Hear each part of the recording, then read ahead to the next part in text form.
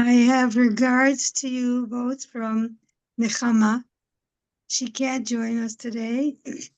Unfortunately, her daughter-in-law broke a bone, in the shoulder, and she has a 1-year-old. Anyway, she's in Philadelphia, and she will catch up.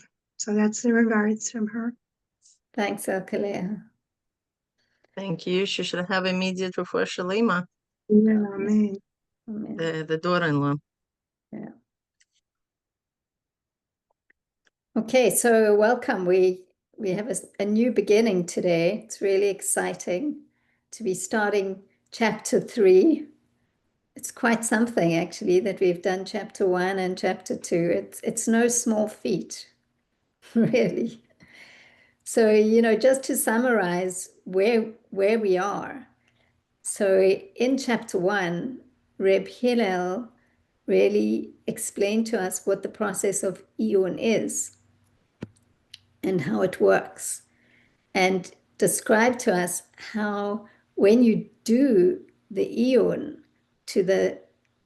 and go to the third level of Iyun, not just staying in the Bina of Bina, but going into the Rochav and the Orech, the Rochav and the Omek of Bina, the Omek HaMusag, then you begin to touch the Bina Liba, which is in the realm of Oneg, pleasure. And that was the first chapter, really showing us how the Iyun process connects us to a very, very high level. And then in chapter 2, he showed us how the Iyun process doesn't just take us to the levels higher than Bina, but actually also kind of roots us down into the levels of Tvuna, of the emotions of Bina. So as you're doing the Iyun, it's like a plant that is growing up and the roots are going down. So there's this dual process, and that's what he explained in chapter 2. And that's when, with the Tvuna, you really begin to engrave the understanding into your mind and heart so that you don't forget it, ever. Kind of like riding a bike. But here you're talking about, the concepts that you're learning. So then, now we're going to come to chapter 3. And we're going to see where is he going to take us now? What does he want to teach us about this Iyun process? And I'm going to hand over to Mila, and Mila will give us an overview, and then we'll also just start with paragraph 1 and begin the journey with Reb Hillel. It's really quite a beautiful journey, this chapter 3. Okay, great. Good morning. Good morning. Baruch Hashem. Happy to see you. And it is a quite beautiful chapter 3 introduction, which is the paragraph 1. And I have a personal story with this chapter. I want to, begin with that just to warm up. I remember around 15 years ago. We were learning with Nuria. Nuria still lived in New York. And I remember we went over this chapter, and somewhere in the middle, or maybe even in the beginning, I was completely lost. Every time we would open a sefer, I will start yawning. And that was it. That's where it was the end. And I really felt that it was like my mind had a certain limitation that I could not grasp beyond that. Like I would just stare at the text, read the sentences, know the translation of every single word, but still did not make any sense to me at all. Like I could not draw meaning out of this chapter.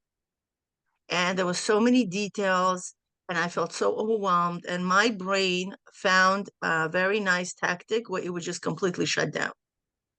That's it. I would just read words, translate, and then I would just look at Nuria and I was like, okay, I don't understand what's flying.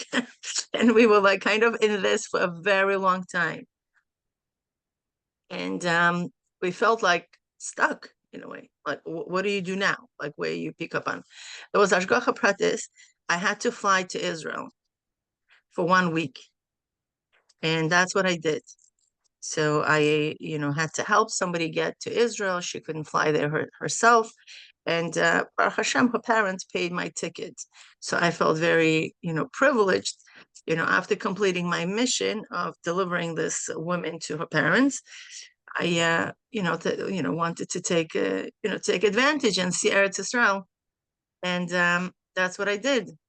I, visited all kinds of different Kivrei Tzadikim. And when I went to visit Arizal in Tzfas, I actually prayed by his kever to, I don't know, do something about it. I remember mentioning me and Ria and really asking, you are the father, so quote, of all of this Chassidus, including the chapter that we are learning. So, and you mentioned that it's a mitzvah to reveal this knowledge, and Rebbe brings it very, very often. The Arizal saying the mitzvah legalis chochmazu, and you have to do something about it. Can we get some understanding here? And that was it. And that was my heartfelt prayer by his graveside. Interestingly, when I came back, I did not feel that obstacle. I did not feel that dead end in my brain that I just cannot grasp. Yeah, so I was very, very grateful. And it really gave me, a certain perspective, and we just moved on. It was not an easy thing, meaning, we still needed to work very hard to learn the mashalim and understand, but it was Baruch Hashem an opening.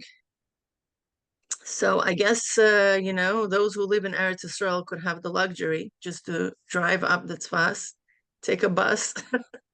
And yeah, that's it. Really something that works. And it actually worked for me this time around as well.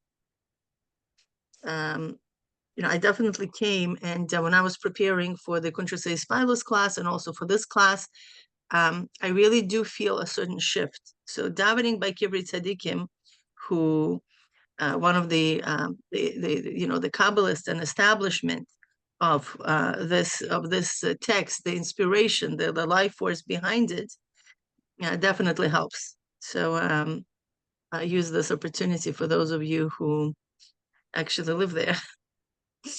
So okay, so we're going to begin chapter 3. What this chapter is about. This chapter is actually a very beautiful chapter. It's a long chapter. Good news, there's only one beer on this chapter of Rabbi Hillel, not like chapter number 1 that has left and right beer. This one has only one beer, like chapter 2. And also this chapter has finally gives us a context. What do I mean by it? In chapter 1 and 2, Rabbi Hillel, the Rebbe, right, and Rabbi Hillel filled in, explained how hisbonenus in chapter 1 brings us all the way to Bina Liba, which is the first expression of our essence. And chapter number 2 explained how simultaneously, and this is the key word, simultaneously, it has expression of how this idea or any idea gets rooted in our brain, literally, and how it brings us to actual fulfillment on acting on it, right? We went through all the stations of how an idea becomes an action. Well, that was very general, right? That algorithm that they shared in chapter 1 and chapter 2, which we learn, I think, quite at length, that could be applied to any idea. How to become an engineer, how to become a doctor, how to become a painter, any idea. This is a makeup of a human mind, a human essence. And now in chapter 3, since the context that we are here is to learn about Hashem, right? We are not here to become engineers. We're not here to become doctors. We want to know Hashem. So since the context is Yedias Elokus, knowing God, now what he does is he bridges. He's like, okay, I taught you in theory what that means. Right? Now, how are we practically applying it in the knowing God concept? So now we no longer could say whatever a person wants to know. We're going to say specifically about God. Okay? So now we are kind of making a symptom, right? We're leaving all other concepts out there, right? And we're opening only one door that's written on it, Elokus. We're opening that door and we're going in there. And we're going to apply everything what we learned in first and second chapter pertaining to this concept only, Elokus. And that's how we're going to begin. Okay? So I'm going to share my screen. And if you guys have questions, write them in the chat. And I'm going to be making short stops, just to go over your chapters. Now, that's very essential because, few of the participants asked not to interrupt in the middle because when they do the review, they want to see the text the text translations in and out as it is. So the review becomes much easier for them when they watch this recording, and it's not going to be choppy by interjecting and answering questions, okay, in between. So if you have the question, that's great, but please write it down in a chat, and this way I can see it, Naria could see it, and we could take it from there, okay? Okay, let's go. Chapter 3, Rabbi Hillel Parsha. Okay. Me'ata yesh lahavin, kol pirtei chiluki madregas kanal, the Chabad v'Yisrael Sabo Tuna, ba'avoida shebelev. Okay, and now it is necessary to understand all the details of the distinctions of the above-mentioned levels of Chabad, Yisrael Saba, and Tvuna in the service of the heart. Umista'ef mehem ad ha'maisa b'poel mamash, asher zeh kol ha'adam, mashakosov sov davar, ve'es mitzvotav shmar. And what branches from them, right? What branches from Chabad, Yisrael Saba, and Tvuna, until actual deed and practice, Maisa b'poel. For this is the essence of man, as it is written, ultimately, and keep his commandments, right? This is a pasuk, that the full pasuk, ultimately, all is known, fear God and observe his commandments, for this is the whole purpose of man. What is he trying to say? Like, ultimately, the whole purpose is that we act, that there's a ma'aseh b'poel. Not that we just become nice, beautiful intellectuals, but whatever we know, we could actualize in reality, we could actualize in our deeds, and we become different people. The way we act, the way we behave, the way we carry ourselves, and the performance of mitzvahs, how it is done, and so on and so forth. Because ultimately, this is what the man is to make sure that whatever we know actually affects the physicality of this world. And that's why mitzvahs are physical mitzvahs. Even the 6 mitzvahs, right, that are done internally, like love, fear, and so on and so forth, but they are still done in the physicality of the human being, right? The love and fear are in the heart, knowing of God is in the mind, that the actual physicality of these vessels are changing because of the action that's being done through them. וגם להבין איך שהעיון בהיסבוננוס באלוקוס מביא אויסוי לכל הנ"ל. And also to understand how iyun in hisbonenus in Elokus brings a person to all of the above.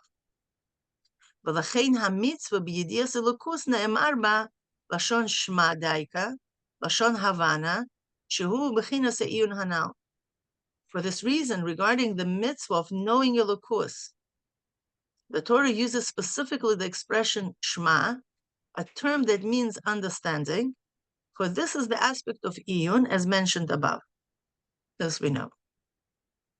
והנה בדרך כלל ידוע שיש שני בחינס בעולמות, עלמין ססימין דלא יתגלן,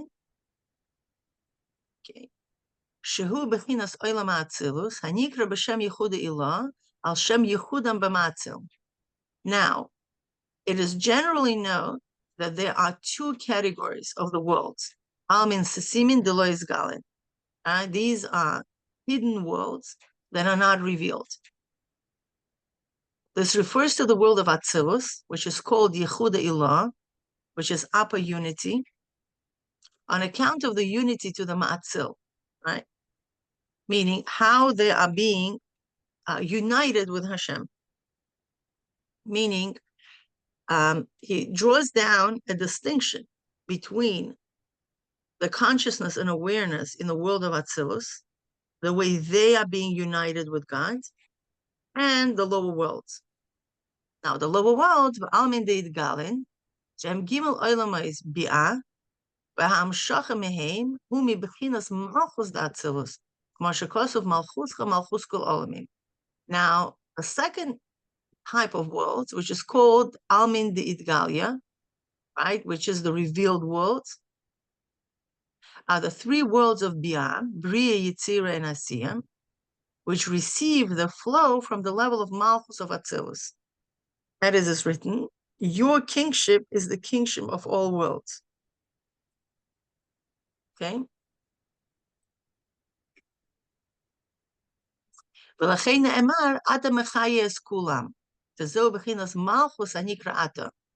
Likewise, the pasuk says, and you give life to all, referring to the attribute of Malchus, which is called Ata, you. It says Ata mechayes kulam, refers that your Malchus gives life to all the worlds.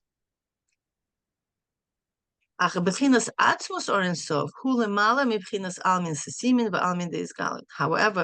the very essence of Or Ein Sof is beyond both levels, which is the Almin Setimin and Almin Deit Galia. So now what he does is he breaks he categorizes the whole structure of the worlds, Hashem, the worlds, and so on and so forth, into three categories. Number one is the essence of Hashem. That's not bound by any world and not defined by any definition. Number one is the hidden worlds, which refers to the world of Atzilus. And number two, Bria, Yitzira, and Asiyah, go into category of revealed worlds. Okay, that's pretty much. Now, why he is mentioning these things, we're later on going to see.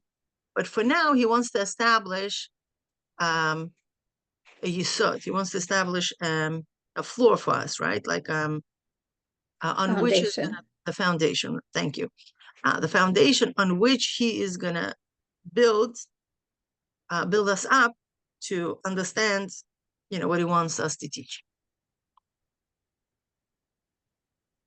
Okay, behine seder hisbonenus hu mitchila lehisbonen be'olamos hanivraim mi'ayin leyesh. So now he says, you guys are here for hisbonenus. Okay, I gave you the foundation of chapter 1 and chapter 2, what the hisbonenus does when we do it. And now the order of hisbonenus is as follows. First, one contemplates the created worlds, brought forth from nothing into something. Okay, it says, a person might think, why do I need worlds? I want to contemplate in Hashem. I want Hashem, right? You just told me that Hashem, the essence of Hashem, is higher than all the worlds. Why do I need to contemplate on worlds? Let me contemplate on the essence of Hashem. That's it, case closed. He says, no, everything has order. There is a reason why we follow the order. One of the reasons is we first deal with which is close to us, right? Even with this world, the hidden worlds, the revealed worlds, which one is closer to you? Obviously, the revealed world, right? So the revealed world. So you start what is more relevant to you, to your consciousness at this given moment, right? Because when we expand consciousness, we cannot right away understand a lofty idea. Why? Because our mind is not open. Our mind is not fluid enough to understand such a lofty concept. Therefore, we start with what is close to us, with something that we can understand and comprehend. And since we are mainly working with the world of Yesh, something that we know, something that's familiar with us, a real concrete object. So when we start with that, we slowly expand our consciousness, expand our cognition, so we can actually grasp something higher than that. A big Yitzhahara comes and says, it's a low level. Why should you deal with Yechuda Tatoo? Go right away to Yechuda Ilaa. You're going to have much, expensive awareness, so on and so forth. That's very nice, but you know that you won't be able to do it, right? It's like, coming over to a child who's just learning Aleph base and start explaining him very, very high concept. He won't be able to understand. You're actually going to get very discouraged and he's going to hate learning. But we come and we start teaching him, this is an apple, this is a second apple, this is 1, and this is 2, and 1 + 1 is 2. And then we live him until his brain matures to understand higher concepts. And when we work on the level of the child, sometimes giving him a little bit beyond his comprehension, we stretch his mind without breaking it. Okay, and that's how he develops. So the same thing is with us. Once we go on a road of hisbonenus, Mittel Rebbe suggests, don't try to jump high. There is no reason for it, and you won't be able to do it. You're going to get discouraged, and you're going to forget about it altogether. A real avodah starts with order. Order number 1, go into Yechuda Tatoo. Okay, which is what? The hisbonenus begins with contemplating on the created worlds. Okay, that are being created from nothing into something. What should I be contemplating on? How they are alive, who enlivens them, and how are they being enlivened? Okay, and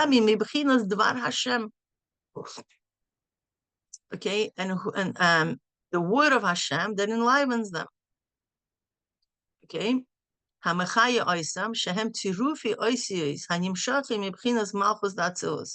how exactly Hashem enlivens the world.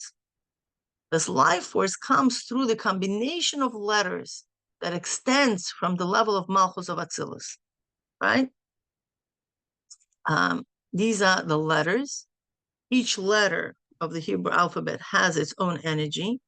And when it's combined with another letter, these two letters, this configuration of these two letters creates together a new energy altogether. And that's how everything in this world is created, through the letters of Hashem, the 10 utterances that he spoke, and he continues speaking them as we're speaking here. That's why we just don't vanish into nothingness, but we continue our existence. Why is it? Because Hashem continues talking. Okay, and there are different Lufim. Yeah. Can I just ask a question here? I don't know if I'm making too much of a Yechud too quickly, but when we're talking about the word of Hashem and we're talking about the combinations of letters, is that similar to what we were talking about in chapter 1 about in Bina there are letters? For sure. Bina are the Isis. Because this is the creation of the Mashpia. Mashpia gives us letters, and we find the ayin of these letters. He's going to soon explain it to us how it works. Because remember, we're going to now apply everything what we learned into the context of hisbonenus, into Elokus. But that's exactly so.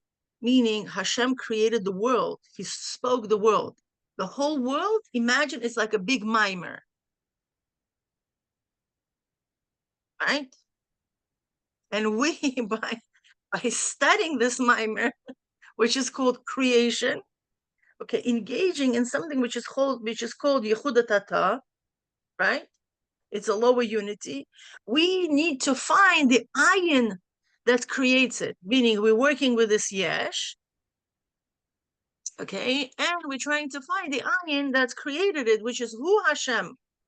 Something happens to us when we reach this Omek Amusa, right? When we reach the bottom line of this quest for search for God, right? We all of a sudden will start realize that all these details, my cup, my cheese, my coffee, my, my computer, you guys, everything else fits into this one divine flow of Hashem speaking.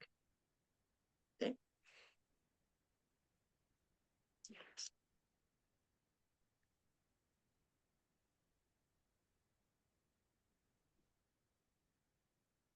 Right? And these letters, they extend from the Malchus of Atzilus. Okay. Ve'im hayu mistalkim mehem tzirufi ha'oisios. And what would happen if these combinations of letters would be withdrawn from them? What would happen? They would revert to nothingness, an absolute void, just as they were before creation. And on this, it says, marom einechem. Right, as the pasuk says in Chumash, I think it's Chumash Devarim, right?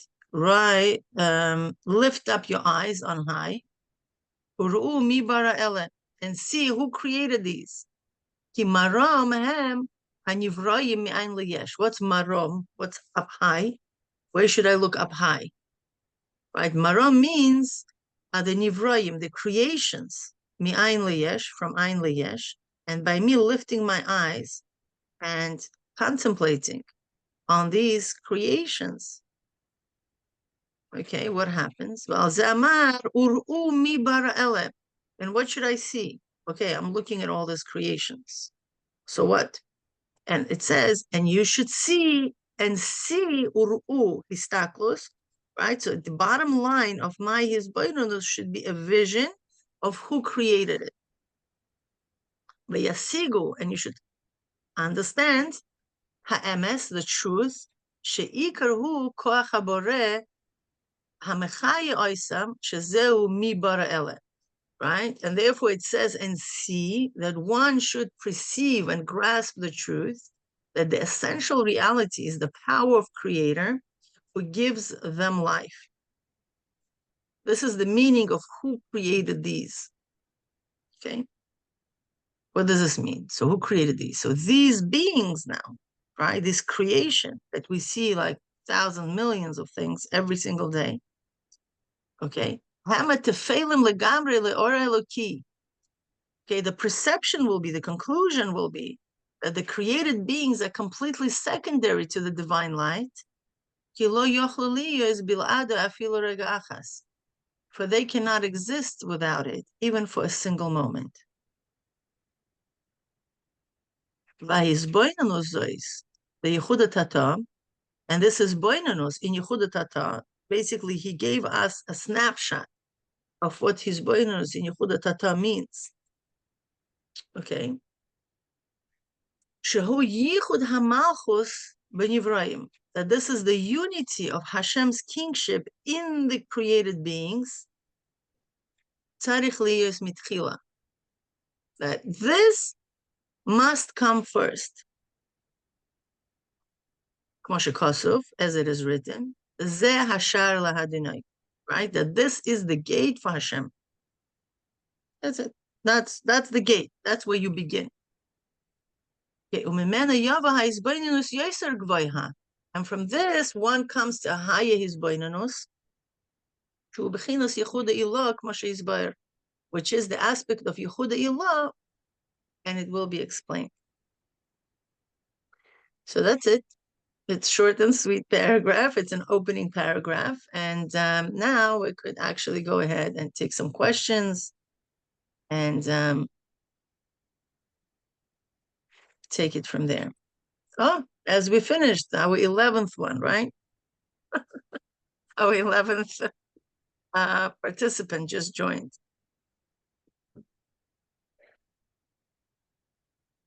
So, Mila, could you maybe just say in your own words what you understand from that opening paragraph?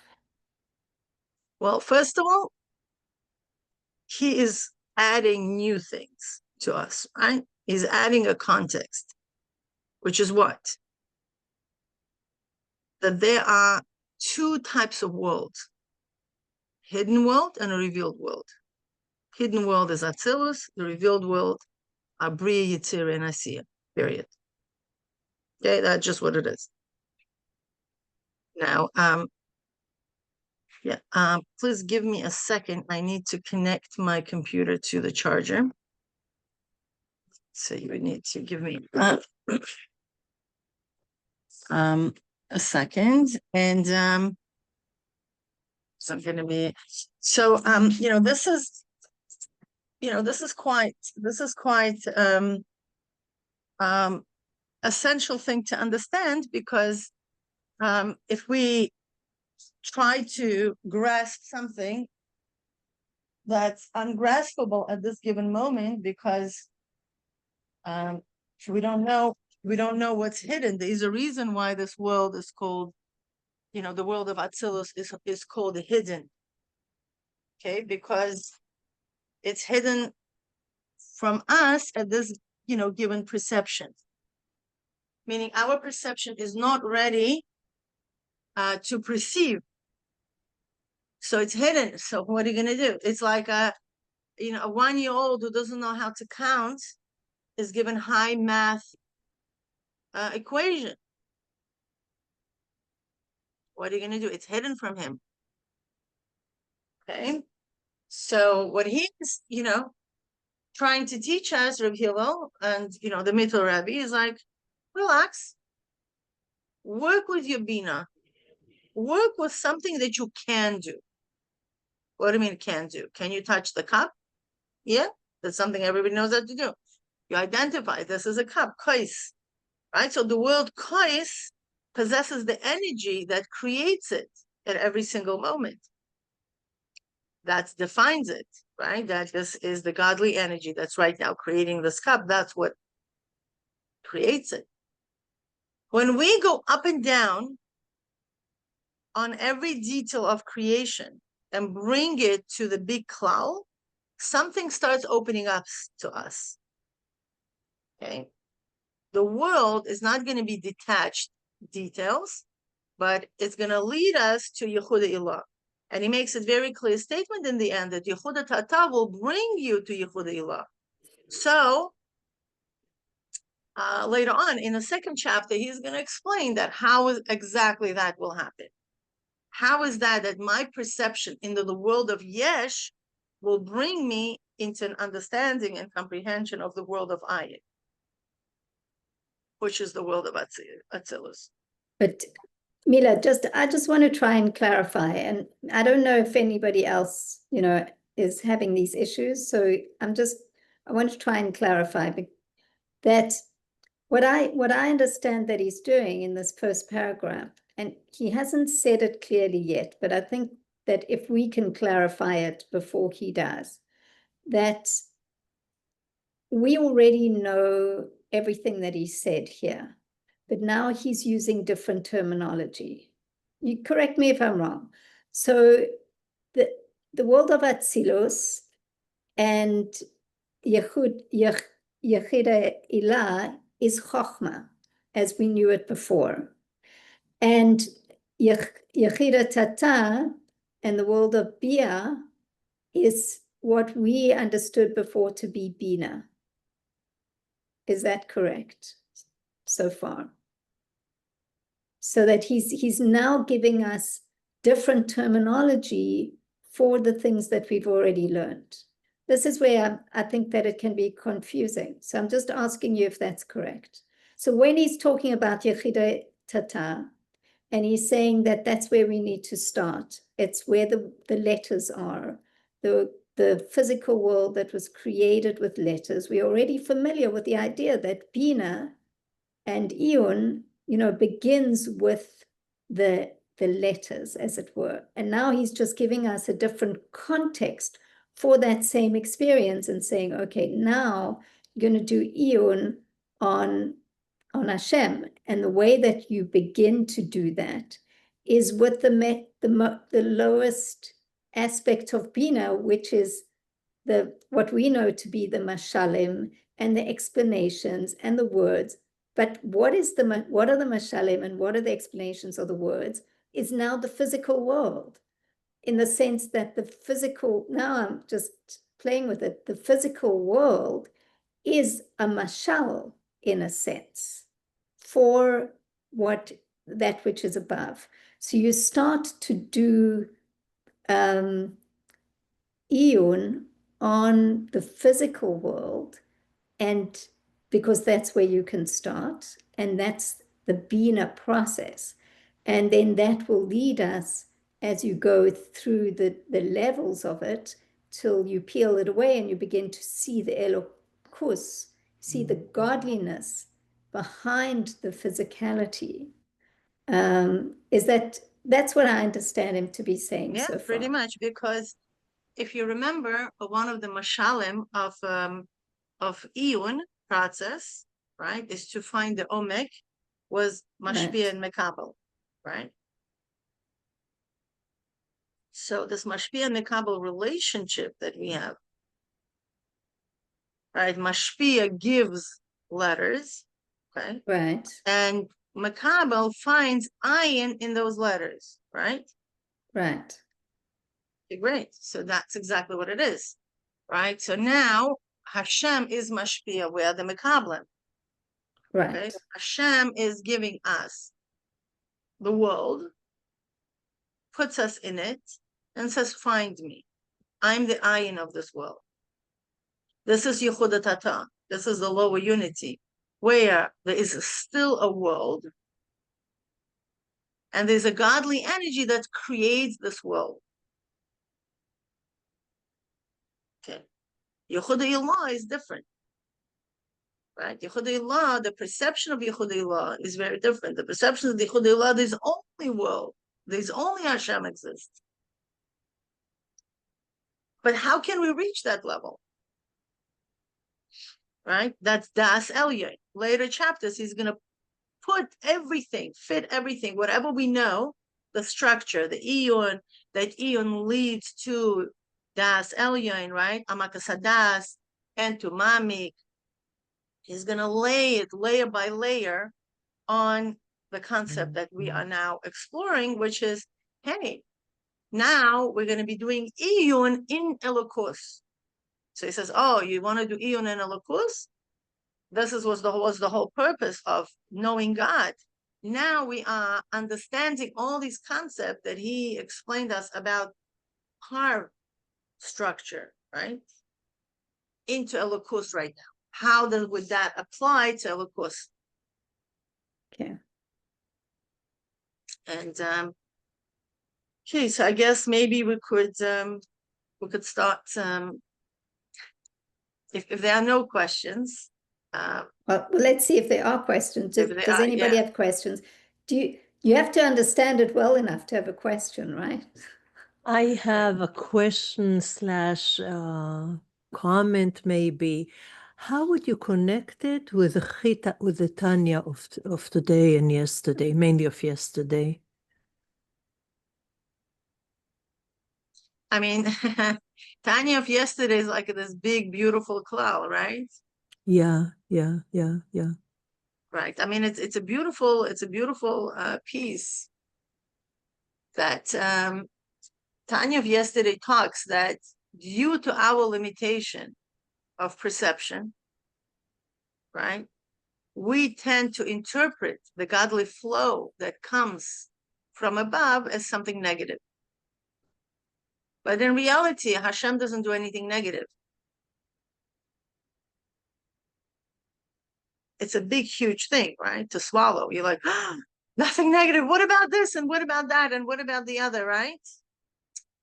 And by us attempting to uncover, to expand our mind, right? And the only reason why we have this issue is because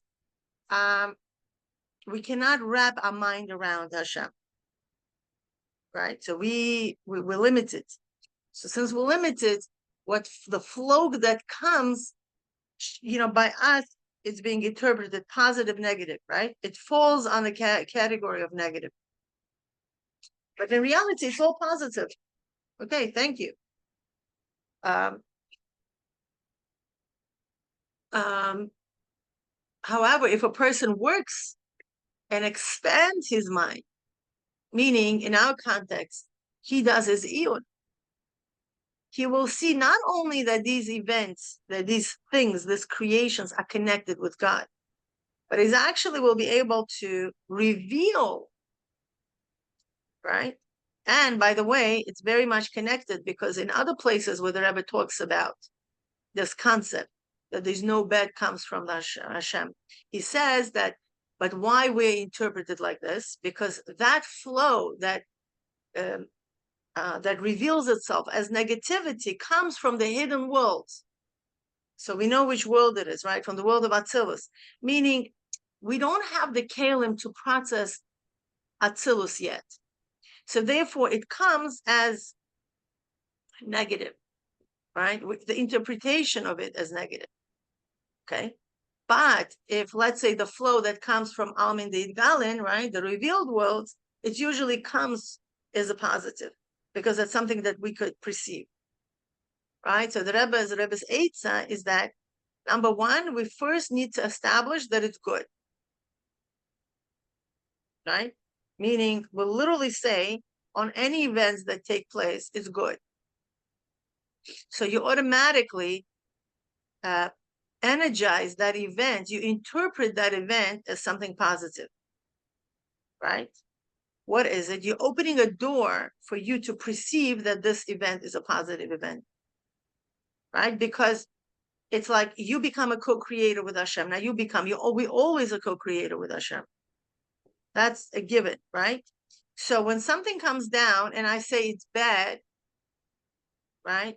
I'm automatically categorizing it as bad and it will become that way, right? But if something is flowing from Hashem that seems to be bad, right? And if I will say it's good, number one, I'm establishing that it's good and I'm recognizing that it's coming from Hashem and I'm recognizing that everything that's coming from Hashem is good. Just on emunah level, right? What will happen is that I'm more likely to transform that energy into revealed good versus when I right away determine that it's bad. Because then with my co-creation powers, I kind of like, establish that it's bad, and that's where the channel will happen. Yeah, it's like a dream. Yeah, like a person sees a crazy dream. Okay, I don't know, killing, disaster or something like that, right? He wakes up. What is it? It's something that he cannot understand. Or he could say, I understand it as bad. So the minute he puts a label on it, he determines the outcome of that energy that's being sent to him. Because dreams are not stam dreams, right? Dreams is a glimpse into the future that's given to us. Okay? Let's say dreams are very, very mystical things, it's if we know how to channel that energy into positivity, we're becoming on a level of Yosef HaTzadik, right? That Yosef was the interpreter of the dreams. What was the beauty of his interpretations? It actually explains in chapter 46 in Shar Yechud that he was able to take the letters again, right? And put them in the right tzirufim, and put them in the right combinations and channel the good. So in a way, our avodah is to take this energy, raw energy that's being sent to us, and based on our perception, interpret it. But now, this is our avodah, right? If we interpret it as negativity, we're just opening that door for that interpretation to emerge. Do you know what I mean? But the Rebbe is teaching us, but we know it's coming from Hashem. Where else is it going to come from? That's emunah, right? We know that nothing bad comes from Hashem. So why are you opening a door for evil interpretations? Close it. Say it's good. even if you don't understand it. So it's good. Okay, everything that comes from Hashem is good. Okay, then you could daven for Hashem to reveal good in it, or to transform it in your own perception, not to transform it in its core. In its core, it's coming as a good, but in my own perception, right? That's where the tefillah is. The tefillah is to expand my perception and show me how it is good. And very often, Rebbe says, when a person has this approach, right, that's already turning emunah into bitachon, right? I know that I'm going to have tuvanir vanigla, okay, a revealed good, not emunah that there is a hidden good. So the process of hisbonenus, that's exactly what it is. The process of hisbonenus, okay, I'm going to find good in it, the godly energy in it. And the minute it's no longer hiding Hashem, it reveals itself, right? Because the interpretation of something negative is that I don't see Hashem in it, right? That piece of my life is not revealing Hashem.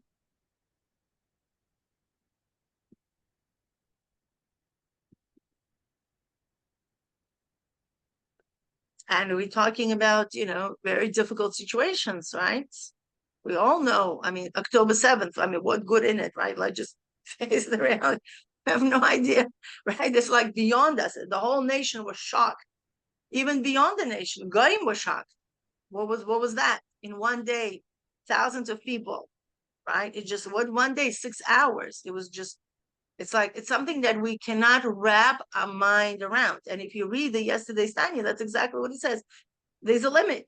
You can't comprehend. It came in such a crazy way, right? But we have no glimpse of what was the math before and after, what's going on, right? It's heart shattering, right? But at the same time, there is this level of emunah, right? And the more we keep to it, the more good we reveal from it. The open good, it's good anyway. We want to have a revealed good, right? That's why the hisbonenus is very, very powerful tool. What the hisbonenus does, hisbonenus reveals godliness in that area that you reveal. Yeah, I mean, I saw it in my birthing course. Right, this is the power of consciousness. Yeah, one of the exercises that we do is that you pay attention to different parts of your body. You could do it yourself. It's not, you don't have to be a pregnant mother to do it, right? Just do it. Close your eyes and become aware of your ear, let's say, or become aware of your nose, become aware of your eyes, become aware of your right cheek, left cheek, your hands, right? You'll be surprised that when you become aware of certain part of your body for extended period of time, all the sensations that you actually feel that part of your hand, let's say, right? You will start experiencing a tingling sensation. You'll experience a flow of energy in that part of your brain, in that part of your body. It's very, very beautiful to notice that. Obviously, you really have to go deeper in it, right? Into you and feel different parts of your body. And when you scan your body this way, your body, the energy of your body will respond. Okay. What does this show? This shows the power of your consciousness, right? The power of your thoughts, the energy. Where are you sending your energy? The thought is an energy, right? So when you become aware, right, of different parts of your body, that part of your body will respond to that mind-body connection. That's what's called mind-body connection. Actually, there's nothing mystical about it. For example, all bodybuilders, right? If you go to any exercises, they all tell you have to feel that muscle that you are flexing has better results. There's statistics. There's a scientific proving that when I'm thinking going like this with my hand, and I'm thinking about my biceps, right? And my mind is not thinking about anything else but that muscle, the result of building up that muscle is much, much higher than if I will be thinking about my chicken soup while I'm doing the same exercise, right? So that shows the power of the mind when I am involved in a particular activity, right? We call it focus, right? Whatever else the name of it, consciousness, awareness, whatever that is, right? So why am I bringing this, right? When we are focused on a particular event in our life, right, is the same story. Okay, when we start thinking about something, we're literally giving our energy in that area of our life, right? So our interpretation of that reality, okay, is very, very essential because that's how we flow the godly energy. Yeah, for example, let's say a child is not succeeding in a particular area. If I will say, oh, forget about it, it's done deal, this child will never change.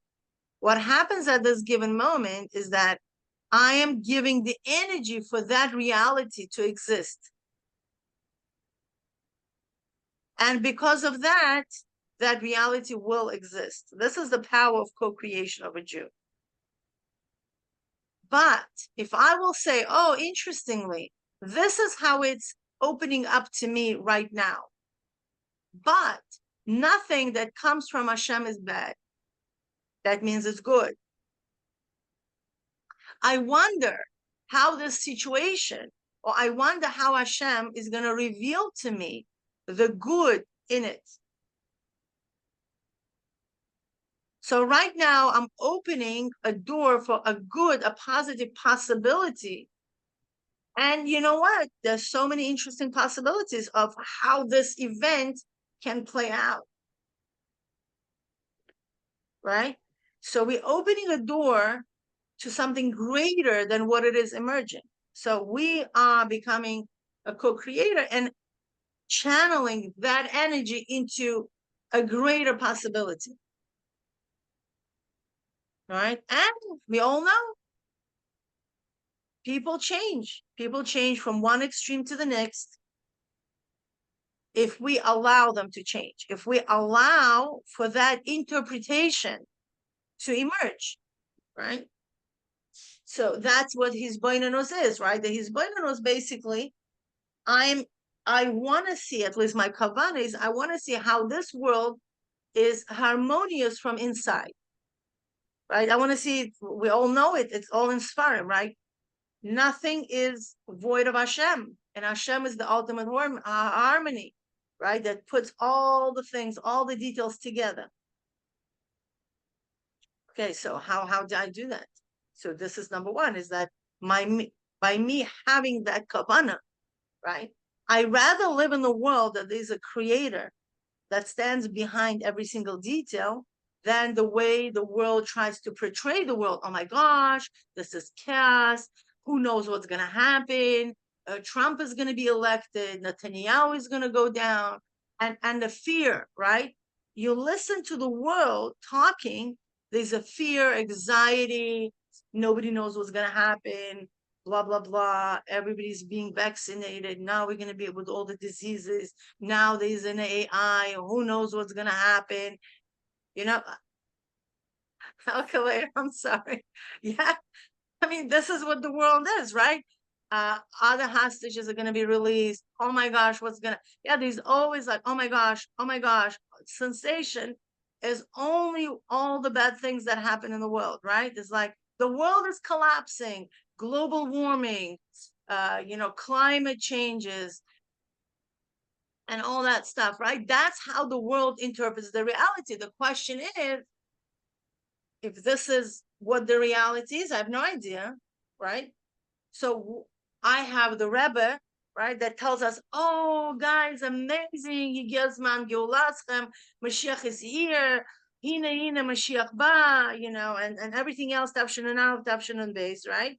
We read in Shari Yechud how everything is Hashem and Hashem is everything. Yechuda Tatoo, Yechuda Ilaa, and all these beautiful things, right? And Hashem is screaming, everything what I created for you. And then the world is, pumping us with fears. And who knows, anti-Semitism is at the rise. There was never anti-Semitism like that. And all of a sudden, boom, we have this whole October 7th happen. Oh my gosh, what's we going to do? Never again. And all these things, right? And fear, fear, fear. So it's our choice, right? To it's like that pilot that's confused, right? Remember? He doesn't know what's flying. His balance, he doesn't know, is he upside down? Is he, correct? Is he right, left? It's all dark, pitch black. He has absolutely no visibility. What is he going to do? He's going to look at his monitors. This is it. We cannot trust our own bodies right now with everything else we are being fed and told and blah blah blah. So how can we know the reality? The reality is right now in books, right? And then when we read the books, okay, we build a binyan, right, of a structure. Right now what we know is that our Eon takes us to be Naliba, right? And our Eon takes us to Tavuna, that comes to Maisa B'Poel. This is what we know. This is known to us at the moment, right? Now we are building we're adding more windows, things here right now, right? So now we all know that everything comes from Hashem. Okay, and it comes in two ways, right? Almin the Galin, they are revealed worlds, and Almin Sitimin, right? They are concealed worlds. That's what we know, right? And that's what I mean. Slowly, we add layer by layer, and that becomes our true reality. So now when we are challenged by opening, a news channel and another, oh my gosh, story, right? We could say, interesting. That's so far how the world gets it. But the true reality is, and reaffirm your true reality. And when you do that long enough, even our Nefesh Bahamis, right, our animal soul, our animal intellect, which is our primary source of open Almindid Galin operation system, right, that we're operating on Nefesh Bahamis level at the moment, right? With intellectual soul is the seichel of Nefesh Bahamis. And we're like, oh, okay. It slowly will start changing, right? What we put into our mind, the energy, the intention, that's what will be as a building blocks of how we're going to interpret reality, right? And less reading news, because reading news creates algorithm of interpretations that the world wants us to interpret reality based on those algorithms, right? It's actually very, very dangerous. And we saw the dangers of how the world interprets reality when there was a corona, right? All those who did not read news so much before, they were able to have some sanity as to what was going on, right? With all different mandates, the whole world collapsed. What happened? What happened to billions of people? How they were able to really fall for this, interesting, we could call it scam, whatever it was crazy, right? But that's an indication of brainwashing that was done for all the years of people, following the news, reading the news, following the great leaders, so quote, and what they make sense of the news, right? With all due respect to, our president, but I think a lot of fears that were instilled was, based on that. If I'm not a president, the whole world is going to collapse. No, the world will never collapse, right? Because there's a godly plan of the world, and we are moving towards the Geula, period, whether we see it or not. This is our monitor. This is what we're believing in the words of the Rebbe. Not some leader who is going to come up and says, if you're not going to elect me, the whole world is going to collapse. No, The world didn't collapse. When 4 years he was not a president, the world did not collapse. He's definitely going to help us achieve the goals that he's going to be the right shaliach if he chooses to be the right shaliach. But you know what I mean? Like, we should not take other people's agenda to come up to power, okay, as the ultimate truth. Because the ultimate truth is what the Rebbe says, period. Okay. Ilaa, Yeah.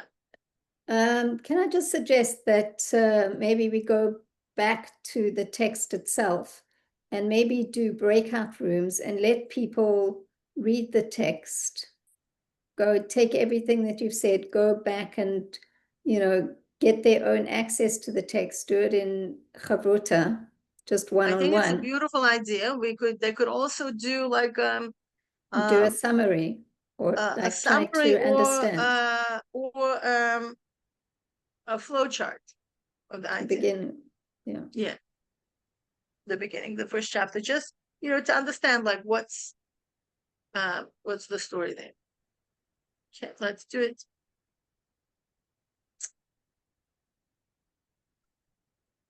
So we could do like 3 breakout rooms. So that's but please join and please have your discussions, and then when you come back we will So the we'll purpose share. is to read through the text. You can do it just in English if that's going to work for you, or Hebrew and English, however it is, whatever is easy for the people in the group, and try to understand it and start to write down either a summary or a flow chart of some sort. Begin to get your own access to this text and to understand it, to know that you understand it, and then you'll come with your questions. Beautiful. So now all rooms are open.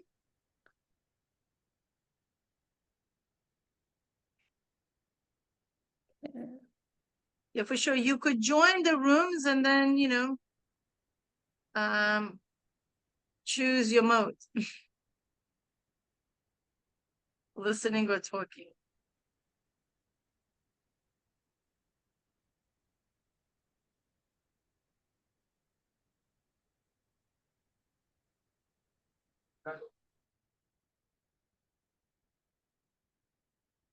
So please join the rooms, even if you're just going to be listening.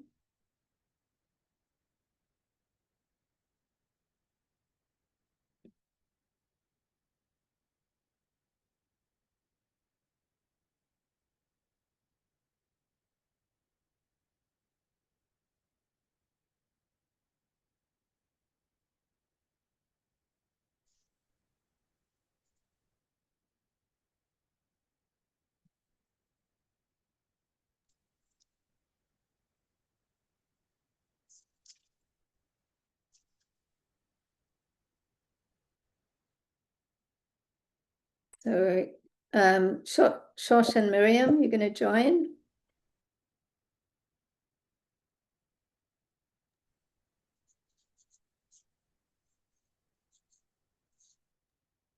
The other people in the group know what I mean. Somebody had a question. She reached the point. I don't have the. Yeah, that was me. We were together in the same group. So we didn't finish the second page, but we did have a question of Su Marom Einechem, lift up your eyes on high. What does Marom mean? If it's from where the created beings emerge, so is that Malchut Atzilut or higher than that? Yes, Marom is this Malchus of Atzilus that creates the world. Okay.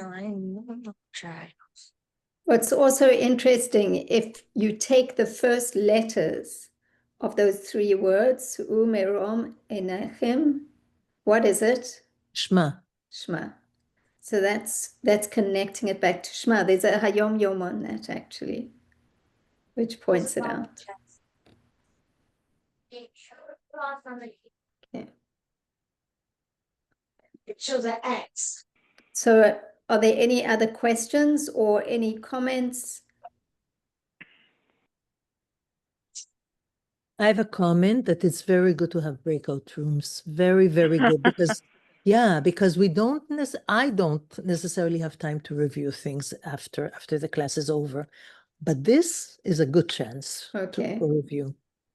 And did you feel that you needed more time? Because that was like 20 minutes. We just didn't finish the first paragraph. We just did the first paragraph today, right? Yeah. So we are almost, we just missed the last 4 sentences. So Okay. So we like could have gone a little bit scheduled further. it a little bit, but we could have gone faster through it, maybe. Okay. And in general, do you feel that from this process, you have an understanding of the pshat of what this paragraph is about? Or are you lost? I'm asking in general. Yeah, ask So- other people. Yeah. Yeah. Alkalea, Miriam, Cody. Frankly, I listened to Mila, and I totally find it clear what the message is. And I don't have the ability to go into the text and analyze so much, but I follow the thread of the message. The thread of the message, I don't know if that is English, but I follow I what the understand. Rebbe is what the Rebbe is telling us. And no, that is enough for me. Yeah. So how does the breakout room help you? Or does it not help you, Cody? It helped. Oh, Excuse me, what did you say? Oh, if the breaking show, for sure. For Okay. sure. For sure. All right. Okay. Good. Anybody else want to, because we want to figure out how it's best for us to teach and you to learn this next chapter. I have one more comment. Yeah. The first paragraph we came across, and excuse me for this basic question. First paragraph we came across Yisrael Saba and Tvuna. And the question came up, how, what, where, when, and I felt completely blank. So maybe if you could just tell me where I could go and review it, and I'm sure everybody else would benefit from it as well. So in chapter 2, we learned about Yisrael Saba and Tvuna. Mm-hmm. And Yisrael Saba is the emotions, the Chesed, Geburt, Tiferet, Netzach, Hod, Yosod of Chochmah. And Tvuna are the emotions of Bina. Whereas in chapter 1, we learned about Keter, Chochmah, and Bina, of Chochmah and of Bina, meaning the Kachab of Chochmah and Bina, and Yisrael Saba and Tvuna are the emotions of Chochmah and the emotions of Bina. So that was chapter 2. I mean, yeah, roughly speaking, they basically answer the question of relevance, right? What do I have to do with this idea?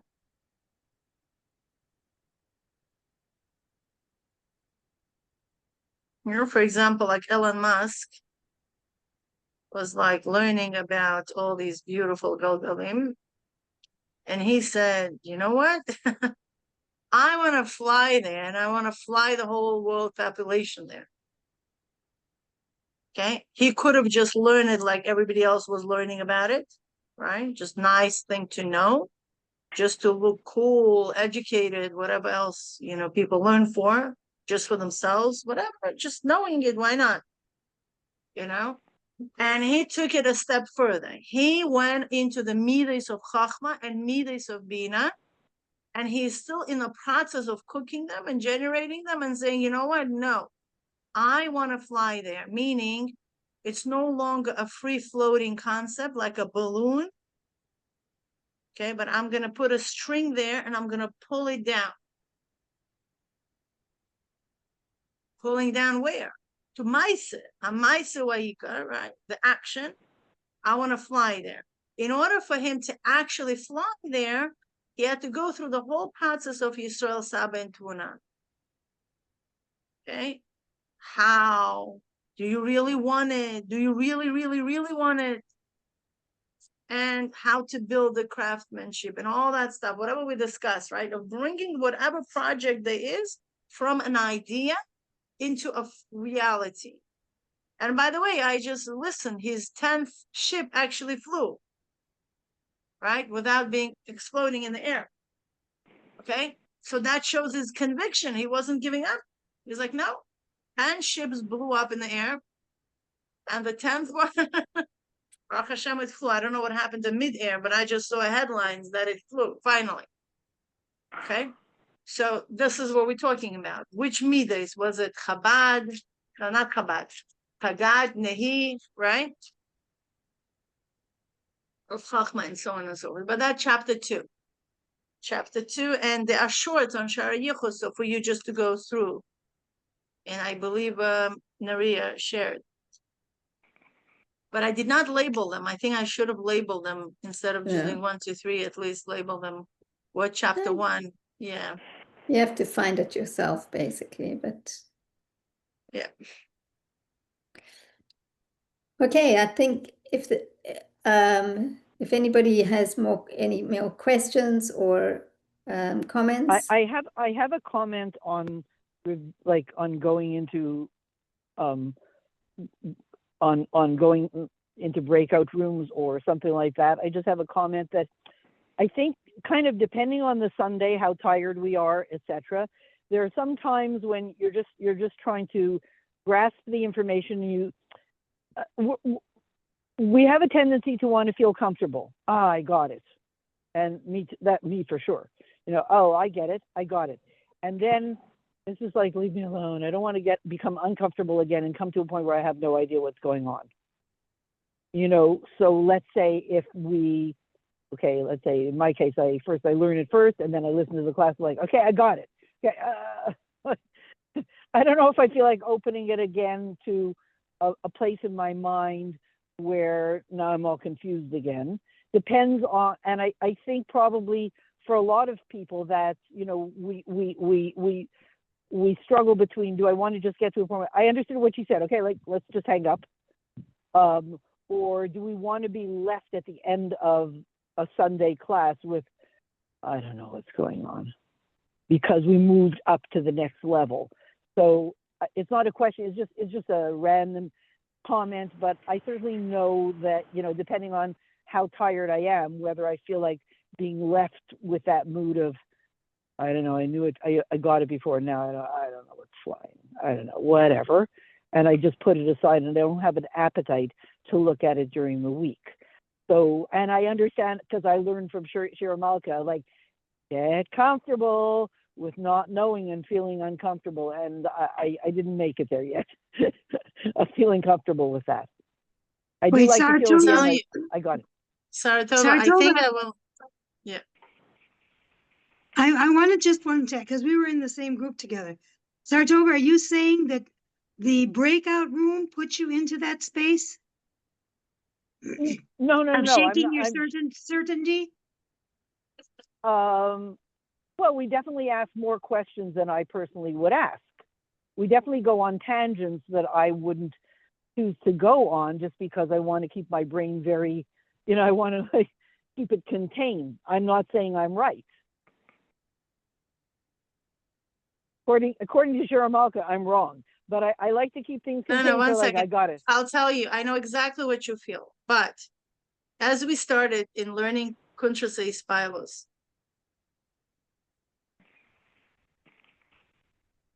from a little bit later places, hisbonenus is going to take us to very uncomfortable places. Right. Okay.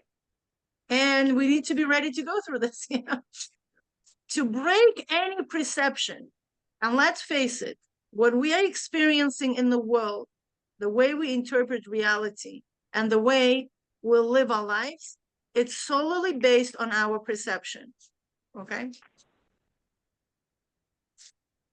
And when we break anything, when we break in anything, that leaves us with no foundation, with no temporary foundation, right? When we go into Right, mikvah, yep. we want to let go of that floor. This is Chabad way of toiveling, right? We toivel like a fish. Fish does not hold on to anything. You let go of that, and you want to let go of that hard cement floor, tile floor, marble floor, whatever floor that is, right? You want to let go. For that split moment, you want to be in a state of ayin, knowing nothing, being nobody. It's very uncomfortable for our nefesh habahamis, because nefesh habahamis is a pure yesh in its full form. And that's okay, because greater things emerge after that. A greater understanding, a greater yesh will emerge, a fuller picture, a more expansive understanding. And yes, you know how many times I finished our classes with Masud and a lot of chavrusas with Naria in pain and tears of not knowing what was going on? And I still do it. We all do it. And greatest, biggest giants, Chassidim, everybody do it. It's a normal process. It's a birth pains. And we know that birth pains actually bring a baby, right? That's just what it is. It's uncomfortable situation. And we Wait, could I just ask a question on that? It's, and you know what? This pain, the more you embody this pain from within, the less confusion you'll get from outside. Because kafa kela, okay, it's actual punishment, right? Right? We either could do it here, or there are going to be circumstances in our lives that will bring us to this humbleness and humility. It's called humiliating experiences. It's when mashpia, and we went through this in chapter 1, right? Says, oh my gosh, this girl is a pure yesh, no problem.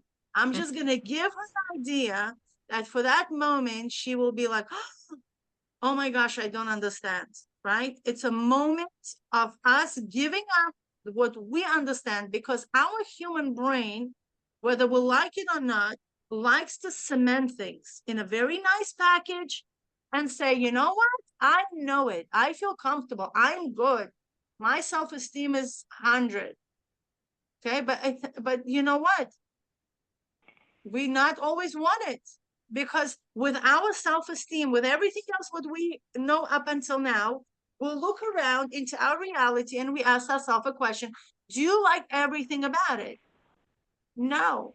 Amazing. So let's jump into the water and change. And it's going to be not comfortable, but I rather go through this uncomfortable feeling of embracing something new than having uncomfortable circumstances. This is my personal choice. I rather make it uncomfortable here. Yes. Okay, the question is a very practical one. I hear you, and it's an amazing point. So here's the practical question. If, let's say, we end a class, you know, like, wow, I got it, then the idea of reviewing during the week is kind of juicy. Like, yeah, that was a great class. I think I'll do some review because it's tasty. If we end kind of like, what? I don't know, I need to take a nap. We most likely will not review during the week because we'll call it, I just didn't have time. That's the way we call it when we don't want to do. It's called passive aggressive. I don't want to do it because it wasn't tasty at all, because I ended on like, what? I don't know. So I'm most likely not going to review.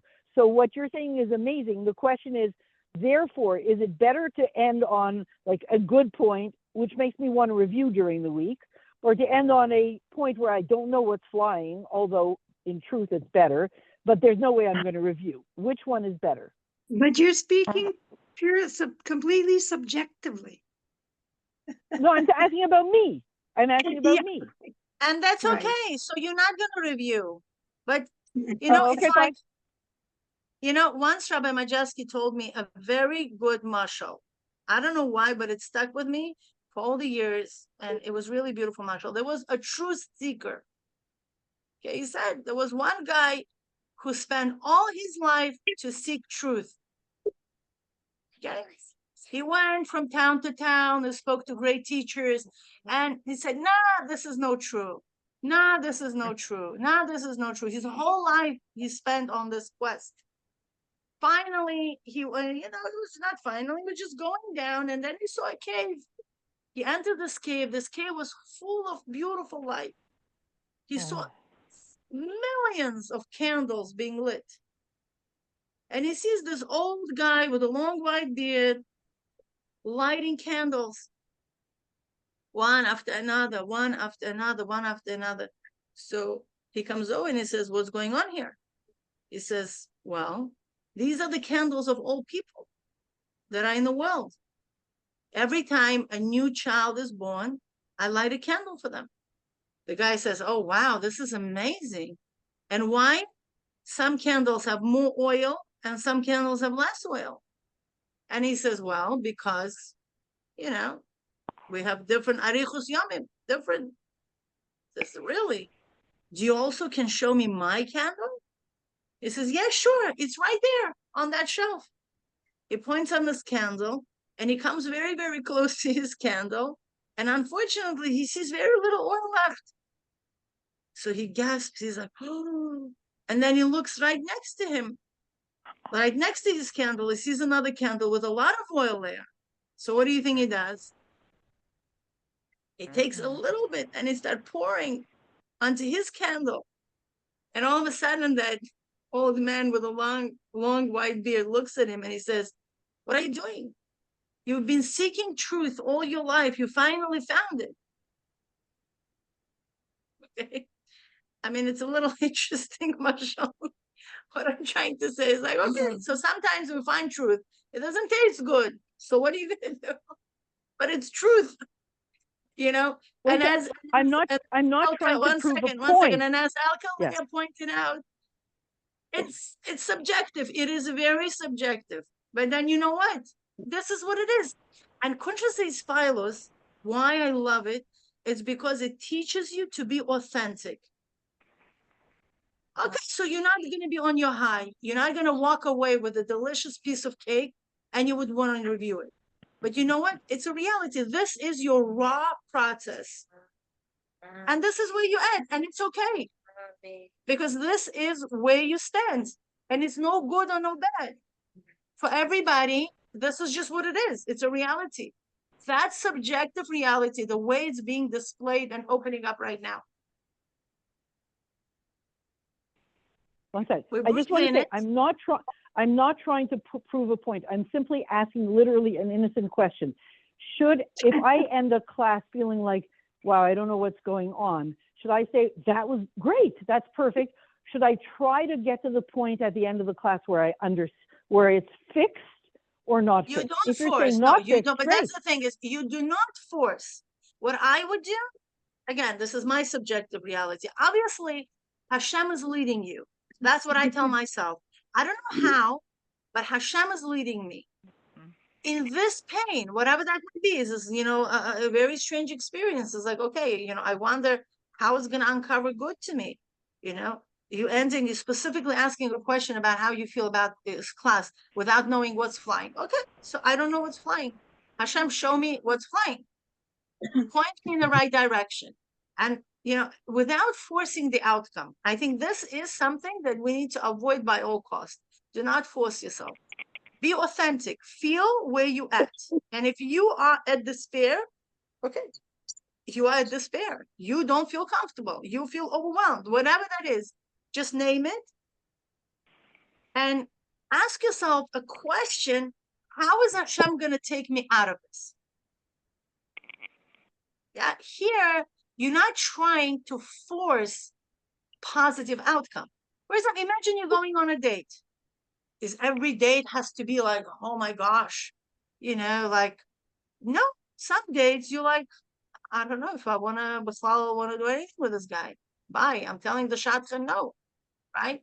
It's the same story. Like, not every date has to be an ecstasy. Yeah, like it's just, we're learning, we are growing, we're changing our awareness. You know what? We don't even have a grasp of what happens to us on a moment-to-moment basis. in terms of our relationship with Hashem. So we could just allow ourselves to be, even in that, uncomfortable seeming situation. And if you could overcome that and still review, wow, what an honor, right? You don't have to. It's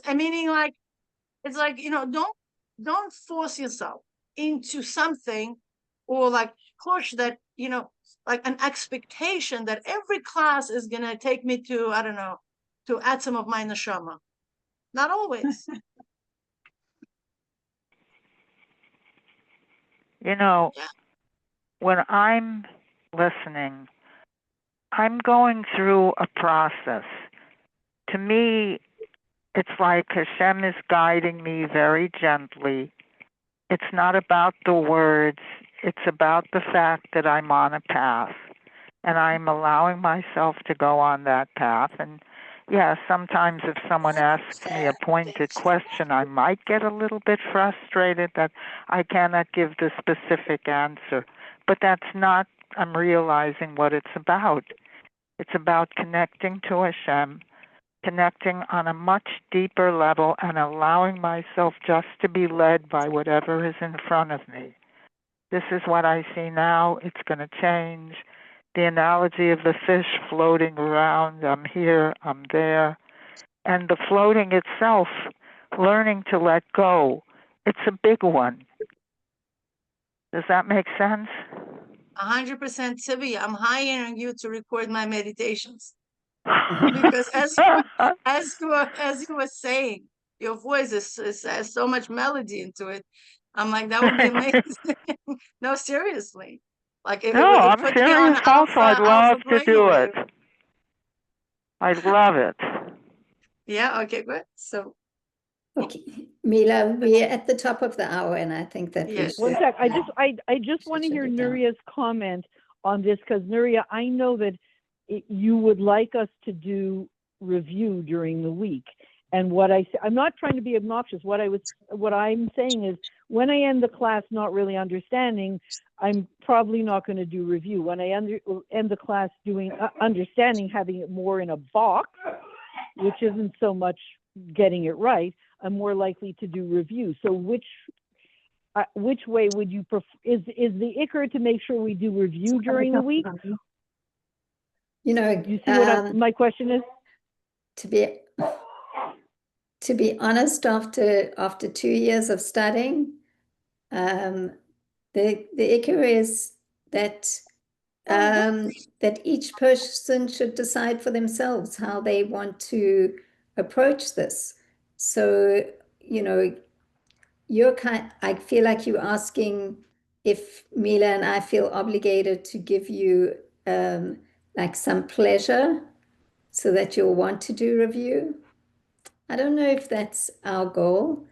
In terms of what you're describing, I would say that in some sense, I have that same challenge with myself. When do I review? When do I not review? And in a sense, what you're describing is just looking at oneself and saying, well, this is how I see it. It's like I see a mirror of myself. It's like, do I only do something when it's pleasurable? Or am I able to have self-discipline and say, this is what I want to do, and whether it's pleasurable or not pleasurable is irrelevant. This is something that I'm committed to, and pushing myself through that experience of only do it when it's pleasurable or only do it when it's not pleasurable.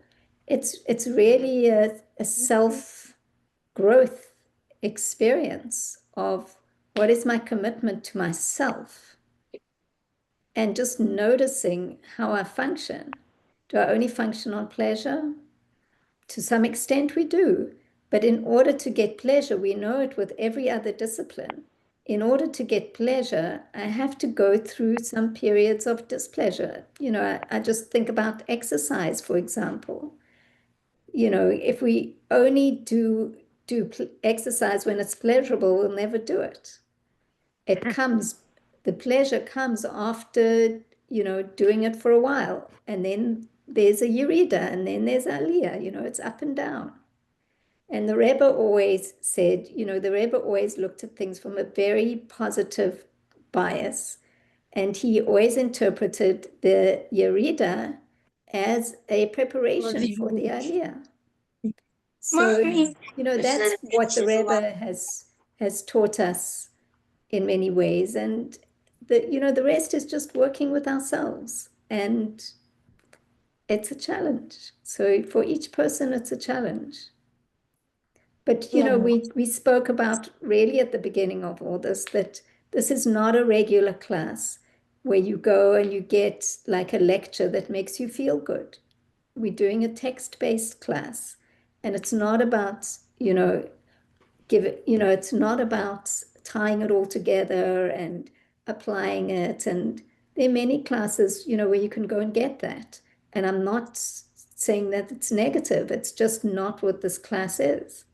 It's more like, it's more like being in school. You're working with a text. So sometimes you feel good, sometimes you feel bad, but the consistency is the challenge. And you are, you're one of the people who is doing review. The people who are not doing review have to ask themselves, another level of question about, why they're not doing it bichlal. And some people are saying, I just want to come and get whatever I can and move on. But, and that's a choice. Each one of us is making a choice here. At this point, I'm really, for myself personally, I want to increase my hisbonenus and my review into this. And I really am grateful for Mila for, providing the clarity to be able to do that. Because just for me, like just reading this text without Mila's clarity, it's very hard to go to get an access to it. So for me, Mila is giving me access for me to do the hisbonenus. But if I don't do the hisbonenus, it comes and goes. It's just like, just another class. For me, that's not what I want. And I've seen the advantage of doing the hisbonenus. So I guess I have some kind of, incentive that I remember. And yeah, we do need the oneg, but not all the time. We can't rely on the oneg always to, it's like candy for a kid. You can't just feed them candy. We also have to have, vegetables and then some, and some dessert. So we can't, it's not a dessert class. Occasionally there's some dessert. But the real oneg comes with the hisbonenus on one's own, but it comes after pain. No pain, no gain. It's part of, it's part of how it is. So, yeah. Does that answer your question on some level? Hello? Well, yes, thank you. Although I'm one of the people who just says whatever I get, I get. So, Okay. I'm a preview person. I definitely want pleasure, and I am one of the people who says whatever I get, good enough. But you are doing review on the text. No, I do preview. I don't do review. I do preview. Okay, preview Well, is preview also, is review, though. yeah, that's also something. Okay, right. All right. We look forward to seeing you guys next week, and we will continue. Maria, can I just ask you? I Sure. printed out for this class what was on the Google Drive as the Reb Hillel on the third paragraph, but it wasn't what you used. Right. Could you please post like what you're going to use for the next class? Yeah, we're going to do that. We'll Okay, thank you hopefully so much. post it on Tuesday. Okay, thank you very much. All right. Thanks. Sure. Bye. Thank Thank you, you. everybody. Bye. Bye. Thank you.